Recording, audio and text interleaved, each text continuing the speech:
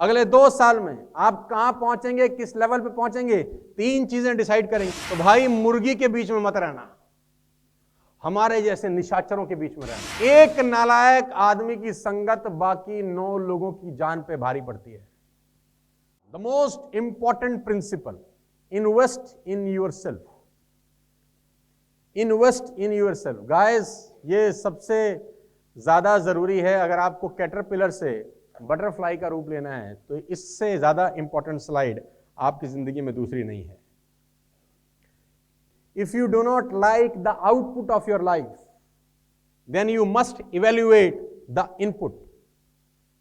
If you do mediocre things, you will live a mediocre life. If you do excellent things, you will live an excellent life, guys. Invest in yourself. Do not allow others to dump trash in your mind. लोगों को मौका मत दो अपने दिमाग में गंद भरने का। Every thought is a seed. हर विचार एक बीज है। If you plant an inferior seed, you cannot expect a superior fruit. अगर आप एक औसत दर्जे का बीज बोएंगे तो शानदार फल, फ्रूट कभी नहीं आएगा। Input determines output. Garbage in, garbage out. जो अंदर जाएगा साला प्रोसेस होके बाहर वही आएगा।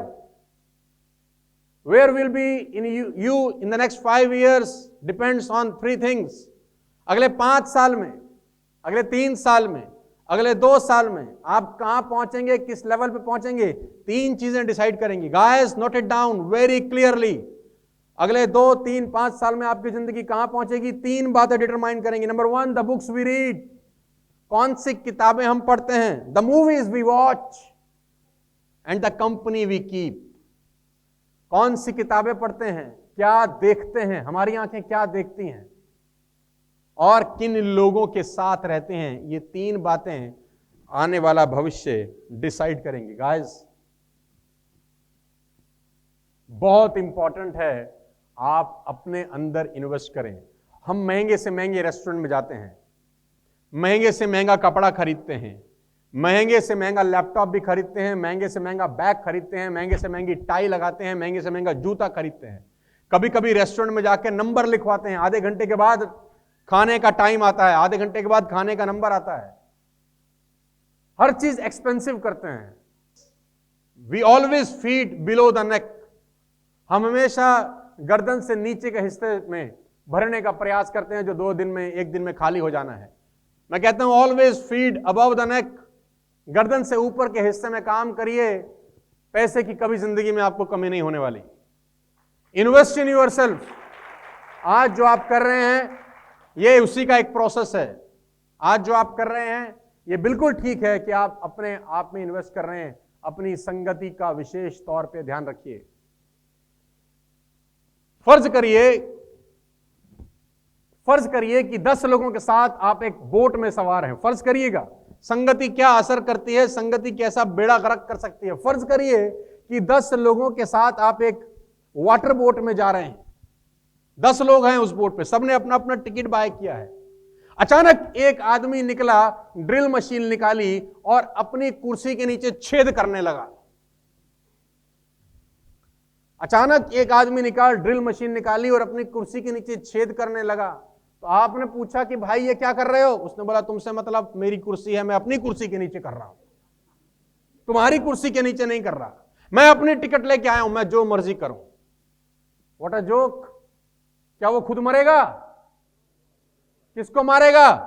सबको। एक नालायक आदमी की संगत बाकी 9 लोगों की जान पे भारी पड़ती है। एक नालायक आदमी जिसको अकल कम है। कोशिश करिए, प्रयास करिए कि ऐसा कोई आदमी आपके इर्द गिर्द, आजू बाजू ना हो, आपके दिमाग में गंद ना डाले, आपके दिमाग में जहर ना डाले। समझाने की कोशिश करता हूं। मैं कहता हूं हमेशा से खाने में जहर का इलाज है। कुत्ता खा जाए आपको इलाज है, सांप डसले साला इलाज है। लेकिन कोई कान में जहर भर दे, इसका पूरी दुनिया में आज तक इलाज पैदा नहीं हुआ। कुत्ते के काटने का इलाज है, सांप के डसने का इलाज है, लेकिन कोई आपके कान में जहर भर दे तो इसका कोई इलाज नहीं। और ऐसा साइलेंटली होता है कि आपको पता नहीं चलता। संगत पे विशेष ध्यान रखना। जिनके साथ उठते बैठते हो, ध्यान रखना उनका थॉट प्रोसेस तुम्हारे लिए जानलेवा हो जाएगा। उबलते हुए पानी में किसी मेंढक को डाल देंगे तो तुरंत बाहर निकल जाएगा, क्योंकि उसको पानी गर्म लगेगा। लेकिन ठंडे पानी में किसी मेंढक को डाल देंगे और फिर नीचे से बर्नर चलाएं, धीरे धीरे धीरे धीरे धीरे धीरे धीरे धीरे जब पानी उबलेगा तो मेंढक को पता ही नहीं चलता। जब तक होश आता है कि सारा पानी गर्म हो गया तो बाहर छलांग मारने की ताकत ही खत्म हो जाती है, और एंड क्या होता है, मेंढक मर जाता है। तो जब तक आपको समझ में आएगा ना कि सामने वाले की वजह से मेरा नुकसान हो रहा है, तब तक जिंदगी तबाह हो चुकी होगी दोस्त, कुछ कर नहीं पाओगे। आपकी कंपनी बहुत इंपॉर्टेंट है। फटाफट आ जा इधर, तू आजा, कोट पहन रखा है तूने, तू भी आजा फटाफट, दोनों आओ, फटाफट आओ स्टेज पे, थोड़ा सा उधर आ जाओ। इनका नाम पूछते हैं, तुम्हारा नाम? सूरज। तुम्हारा नाम? हाँ, कमलनाथ। सूरज और कमल बहुत अच्छे दोस्त हैं। सूरज और कमल बहुत अच्छे दोस्त हैं। सूरज ने अभी वेस्टेज से पैसा कमाया और 1 करोड़ रुपए का 4 BHK फ्लैट खरीदा। सूरज कहां रहते हो? हनुमानगढ़। कहां पड़ता है ये? राजस्थान में। तो राजस्थान में हनुमानगढ़ में सूरज ने 1 करोड़ का फ्लैट बनाया, चमचमाता हुआ मार्बल लगा हुआ है, बेडरूम में शानदार बेड है, ड्राइंग रूम में शानदार सोफे लगे हैं, शानदार पेंटिंग लगी है, बढ़िया सी किचन है, और पूरा का पूरा घर जैसा सूरज चाहता था वैसे बनाया। ठीक है, पूरा नाम कमलनाथ। अब कमलनाथ इसके दोस्त हैं। एक दिन सूरज से मिलने कमलनाथ आए। सूरज ने दरवाजा खोला और कमलनाथ के कंधे पे एक गंद का बोरा था। क्या था? डर्ट, गंदगी थी।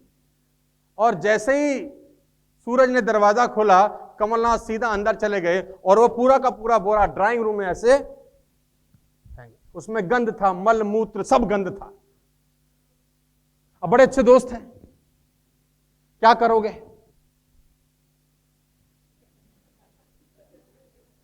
क्या करोगे? माफ कर दोगे? तो भैया माफ कर दिया कमलनाथ, तुमको दोस्ती बड़ी अच्छी है। तो उसके बाद क्या करोगे? घर साफ करोगे, घर की सफाई करी, झाड़ू लगाया, पोछा लगाया, घर साफ सुथरा वैसे का वैसा बना दिया। कमलनाथ घर चले गए, ये भाई साहब जैसे का घर साफ हो गया घर। अगले दिन ये फिर आया,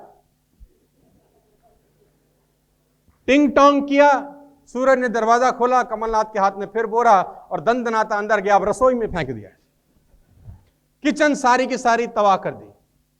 अब क्या करोगे?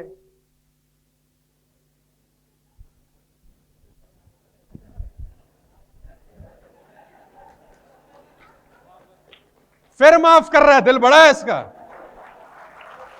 इसका दिल बहुत बड़ा है, फिर माफ कर रहा है। हाँ? तो कमलनाथ भाई तुम्हें फिर माफी मिल गई। इसने फिर अपना पोछा उठाया, वाइपर उठाया, झाड़ू उठाया और फिर से सब सफाई कर दी, क्योंकि सफाई तो हो सकती है, साफ हो गया। कल फिर आया और बेल बजी, टिंग टोंग, सूरज ने दरवाजा खोला, उसने बोला हट, बोरा उठाया और इसके बेडरूम में। अब क्या करोगे हुजूर?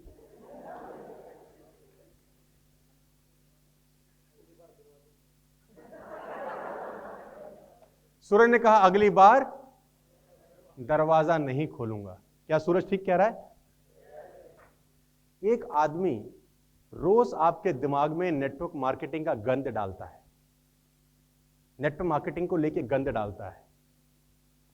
क्या हम उसके साथ ऐसा बर्ताव कर सकते हैं कि नहीं, कि अगली बार सारा दरवाजा ही नहीं खोलेंगे, अगली बार हम दरवाजा नहीं खोलेंगे भाई। क्यों? क्योंकि घर साफ हो सकता है, साला ये एक बार कचरा डला साफ नहीं होगा। एक घर से एक ही घर बनता है, इस दिमाग से 1000 घर बन सकते हैं। एक घर से एक ही घर बनता है, इस दिमाग से 1000 घर बन सकते हैं। तो किसी व्यक्ति को अलाउ मत करना कि तुम्हारे दिमाग में नेटवर्क मार्केटिंग को लेकर, वेस्टेज को लेकर किसी भी तरह का कूड़ा कचरा डालने की कोशिश करे। एक बार समझाना, दूसरी बार समझाना, तीसरी बार दरवाजा, तुम तो शरीफ हो, दरवाजा बंद कर रहे हो, हम तो कुछ और करते हैं। जोरदार तालियां दोनों के लिए होनी चाहिए, कम ऑन, थैंक यू। सारा का सारा खेल संगति का ही तो है ना यार। है ना। वो एक बाज का बच्चा गलती से साला मुर्गियों के बीच में चला जाता है, सुनिए ना कहानी। वो बाज का बच्चा गलती से मुर्गियों के बीच में जाता है, वैसे ही रहता है, वही कीड़े खाता है, वही घास फूस खाता है, वैसा ही बन जाता है। एक दिन बाज को उड़ते हुए देख के अपनी मां से पूछता है, क्या गजब पक्षी है मां। उसने बोला, हाँ ये पक्षी बहुत गजब है, बड़ा ऊंचा उड़ता है, लेकिन हम नहीं उड़ सकते। तो बोलता है ओके। फिर वो कीड़े खाना शुरू कर देते। पक्षी तो साला बाज का था, बच्चा तो बाज का था, किसके बीच में चला गया। तो भाई मुर्गी के बीच में मत रहना, हमारे जैसे निशाचरों के बीच में रहना, बाजों के बीच में रहना, है ना। निशाचर